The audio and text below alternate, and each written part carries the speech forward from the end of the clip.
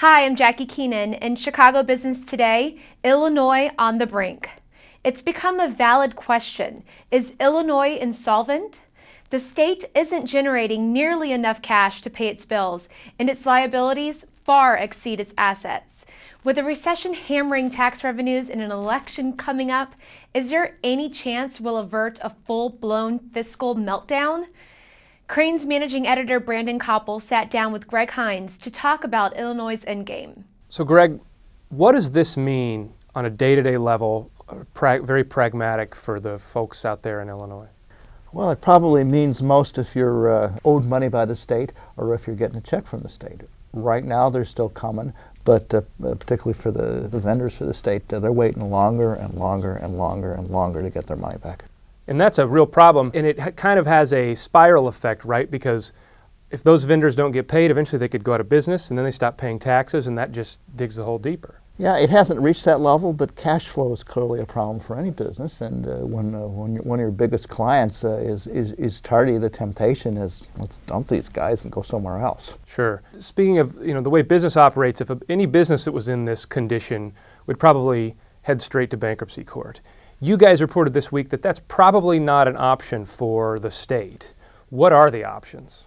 The options would be that the state keeps getting slower and slower, and there's eventually some kind of crisis. The real crisis would probably come if they couldn't make payroll, something they say they're going to make, but we'll see what the legislature does. There's a legal theory that says that while federal bankruptcy law does not allow a state to file for bankruptcy, perhaps some of its entities, a pension fund perhaps, could be dragged into court. But eventually it's just a chaos situation. It just gets worse and worse. There's no money, and people wait longer and longer, and a certain percentage of them walk away.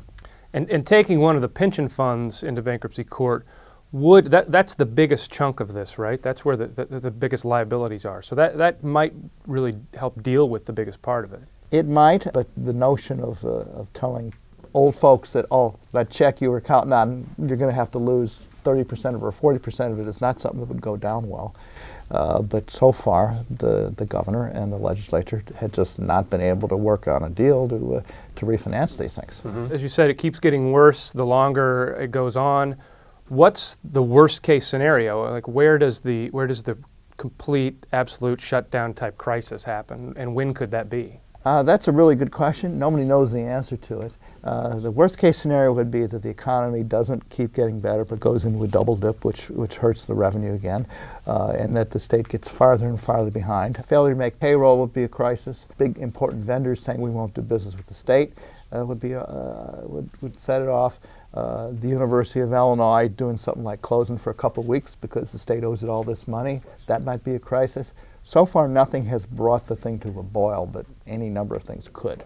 Now, out in California, theirs has come to a boil, and they've asked the federal government to step in and essentially bail them out. Is that a path you could see Illinois trying to take itself? Assuming California can actually make that happen, because the feds haven't stepped up yet, right? Well, every state in the union, to one degree or another, is being bailed out by the Fed. The state of California resorted to script for a while. Instead of giving them cash, they'd give you an IOU that says we'll get back to you. Try to spend that at the grocery store.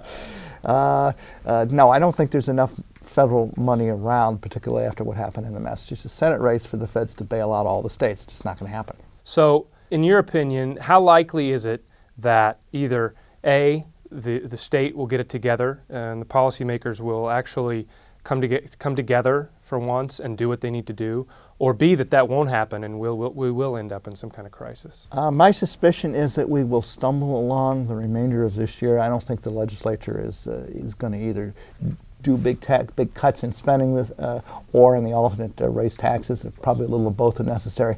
That may well have to hold off until next year when the new governor and the new General Assembly take office.